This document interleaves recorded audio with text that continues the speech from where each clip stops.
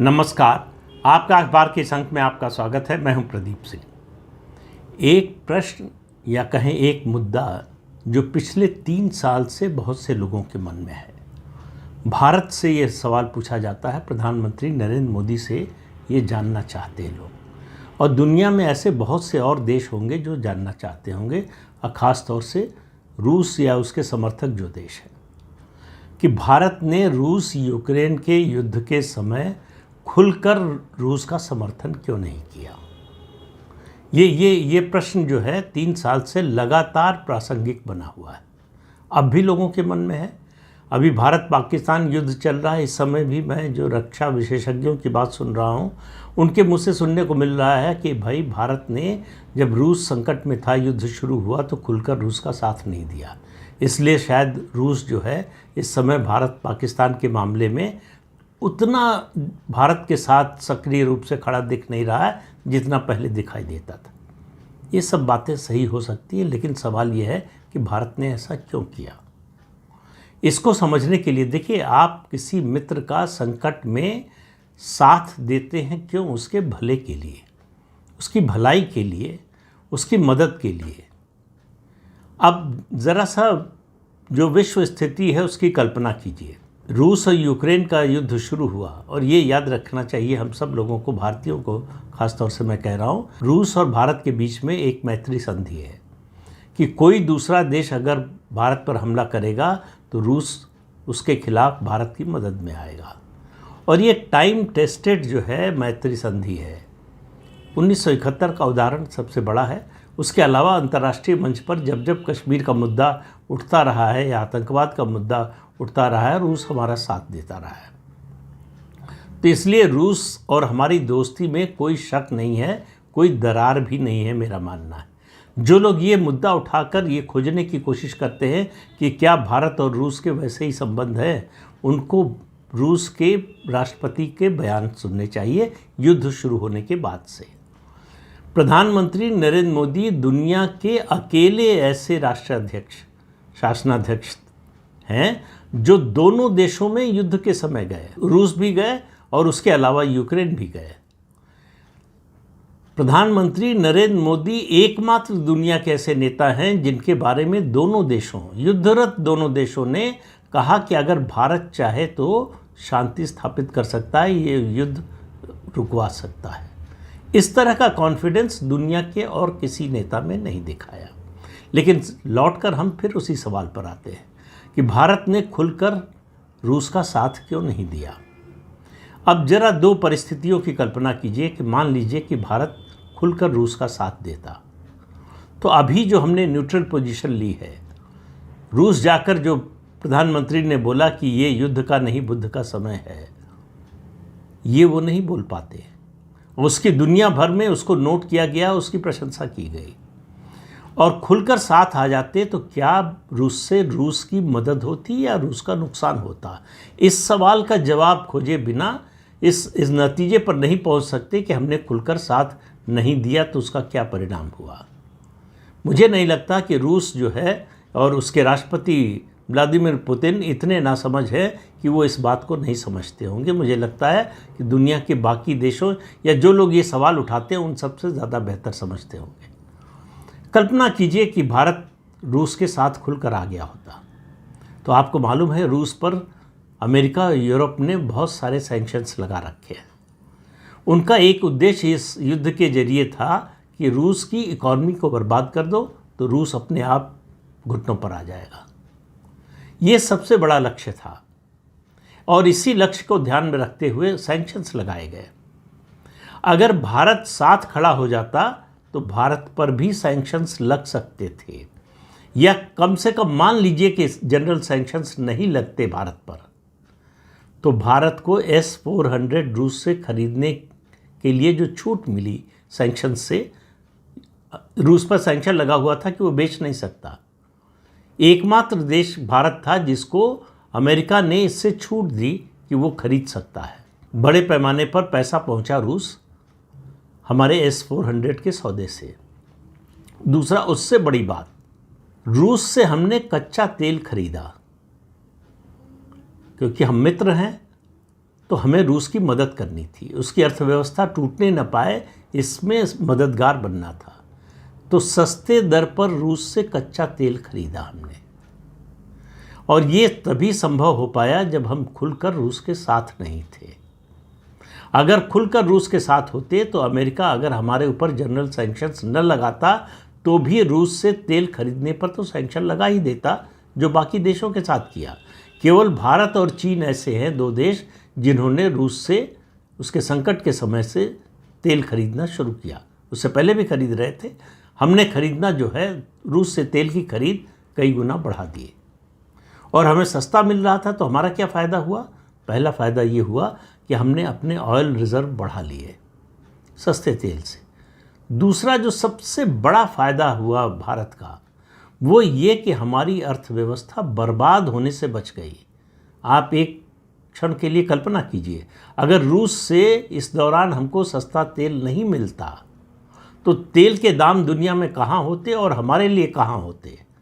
आज महंगाई का हाहाकार होता, देश में महंगाई काबू से बाहर हो जाती, लोग सड़कों पर आ गए होते। भारत की अर्थव्यवस्था जो अभी आप दुनिया में सबसे तेज़ चलने वाली अर्थव्यवस्था होने का दावा कर रहे हैं, जो कि है भी, उसकी बात न कर रहे होते। तो भारत ने न्यूट्रल रहकर अपनी अर्थव्यवस्था बचा ली। दूसरा काम क्या किया? भारत ने यूरोप की अर्थव्यवस्था बचा लिया, क्योंकि रूस से कच्चा तेल खरीदा और हमारी यहाँ जो रिफाइनिंग कंपनीज़ हैं उनको विंडफॉल प्रॉफिट हुआ। उन्होंने तेल को रिफाइन किया और उस तेल को, रूसी तेल को, यूरोप को बेचा। यूरोप को वो तेल न मिलता, अगर सैंक्शन लग गया होता भारत पे तो भारत खरीद न पाता, न यूरोप को दे पाता। तो यूरोप में आज महंगाई का तांडव हो रहा होता। उनकी अर्थव्यवस्था जो है रूस की आती कि नहीं, उनकी अर्थव्यवस्था जरूर घुटनों पर आ जाती। तो अपनी अर्थव्यवस्था को बचाया, यूरोप की अर्थव्यवस्था को बचाया। किसी यूरोपीय देश ने ये नहीं कहा भारत से कि आपने रूस से खरीदा है जिस पर हमने सैंक्शन लगाए हैं, वो तेल हम नहीं लेंगे। सबको ज़रूरत थी, सबको मालूम था कि इसमें उनका भला है, इसमें उनका लाभ है। इसलिए भारत के खिलाफ बोलने की या उस तेल को लेने से इनकार करने की किसी यूरोपीय देश की हिम्मत नहीं हुई, और इसी को देखते हुए अमेरिका इसे रोक नहीं पाया।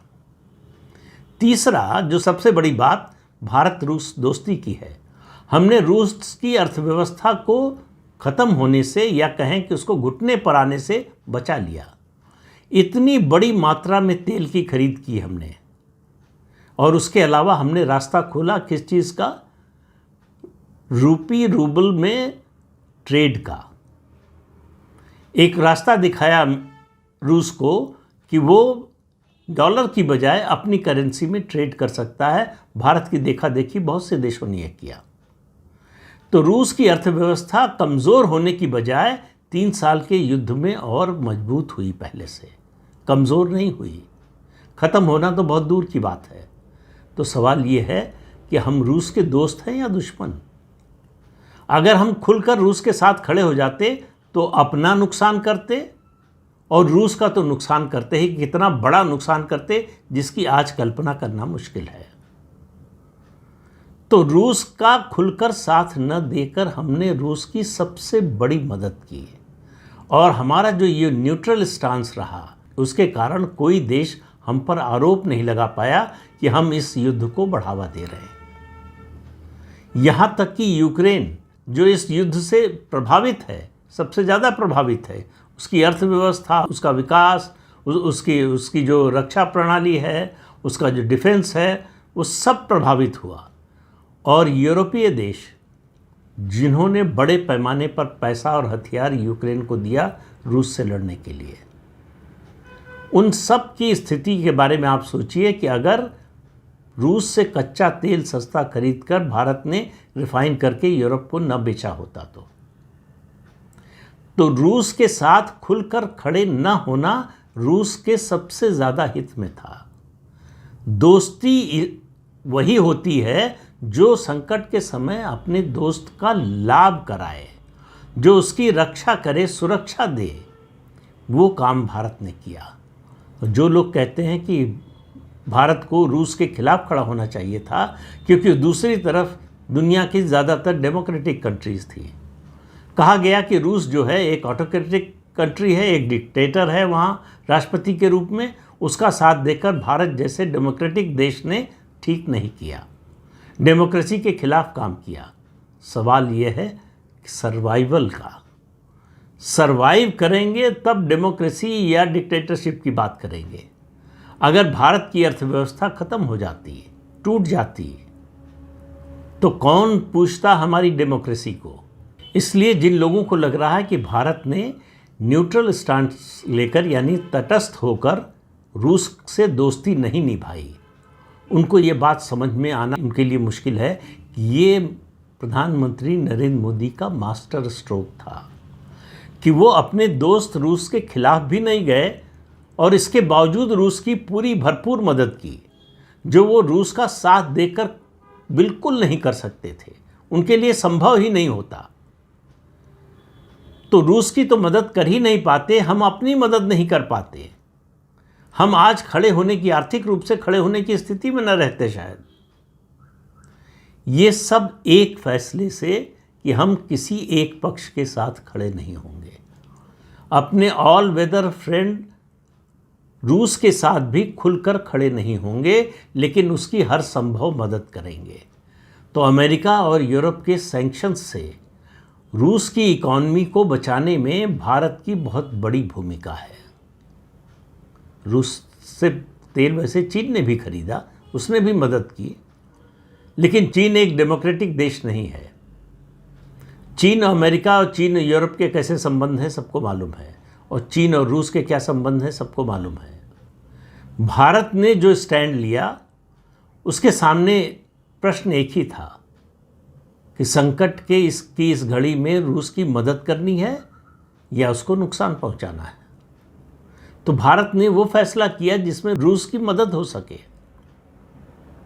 रूस का नुकसान ना हो, या नुकसान जो हो रहा है उसको कम से कम किया जा सके। और वो तभी हो सकता था जब भारत का स्टांस न्यूट्रल होता, यानी भारत तटस्थ होता। इसलिए पूरी दुनिया आज मोदी की बात सुन रही है, इसलिए रूस और यूक्रेन दोनों सुनने के लिए तैयार हैं। इसलिए इन 3 सालों में आपने एक बार भी नहीं सुना होगा रूस के राष्ट्रपति व्लादिमीर पुतिन का कोई भी बयान जो भारत के खिलाफ हो या प्रधानमंत्री नरेंद्र मोदी के खिलाफ हो। जब भी बात की, प्रशंसा की बात की है। दोनों शासनाध्यक्षों के बीच में फ़ोन पर बातचीत होती रही, मुलाकात भी हुई। यूक्रेन ने भी भारत के खिलाफ इस तरह का कोई स्टैंड नहीं लिया।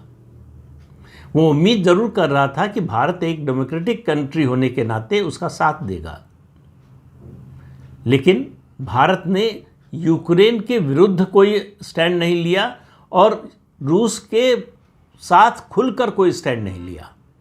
इससे उसका स्टेचर भारत का और प्रधानमंत्री नरेंद्र मोदी का विश्व मंच पर और ज़्यादा बढ़ गया, उनका कद और बढ़ गया कि ऐसे संकट के समय ज़्यादातर देश कोई रैशनल फैसले पर पहुंचने में सक्षम नहीं थे। भारत ने बहुत बड़ा जोखिम भरा स्टैंड लिया और उस पर कायम रहा। ऐसा नहीं है कि अमेरिका और यूरोप के दबाव में भारत ने अपना स्टैंड बदल दिया। जाहिर है कि रूस की इस तरह से मदद करने से न तो अमेरिका भारत से खुश है, न यूरोप, न होता। और भारत अगर मान लीजिए कि रूस के विरोध में खड़ा हो जाता तो क्या होता फ़ायदा?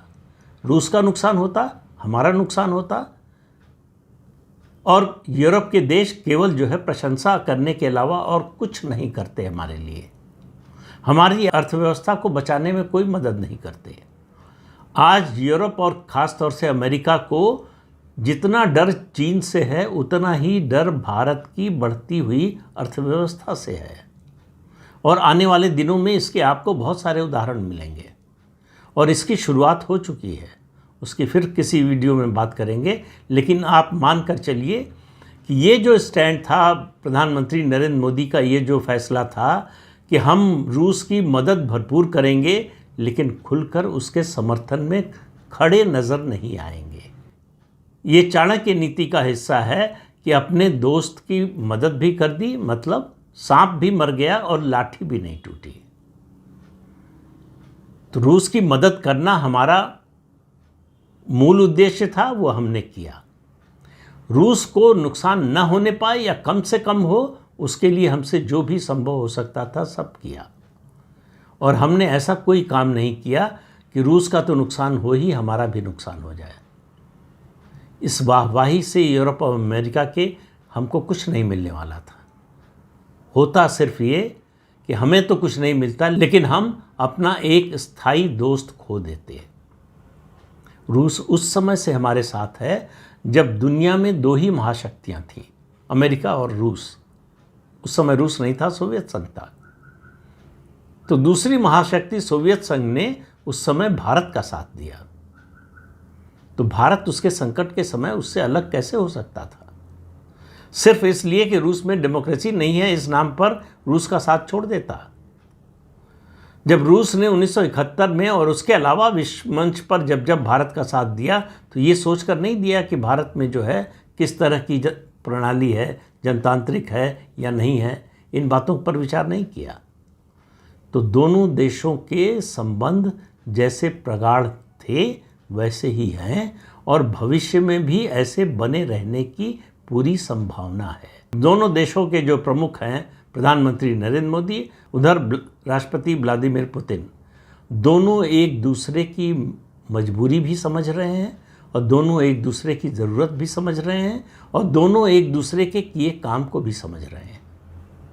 पुतिन को ये अंदाज़ा है कि भारत ने किन कठिन परिस्थितियों में रूस का साथ दिया, सिर्फ औपचारिक रूप से घोषणा नहीं की कि वो रूस के साथ है और यूक्रेन के खिलाफ है। ये जो नीति थी प्रधानमंत्री नरेंद्र मोदी की, उसने विश्व में स्ट्रेटेजिक रिलेशंस और डिप्लोमेटिक रिलेशंस के मामले में एक नया अध्याय लिखा है। आने वाले समय में इसकी विवेचना होगी, इसका विश्लेषण होगा। तो इस अंक में इतना ही। अगले अंक में फिर मिलेंगे किसी नए मुद्दे के साथ। तब तक के लिए अनुमति दीजिए।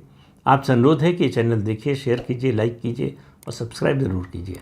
नमस्कार।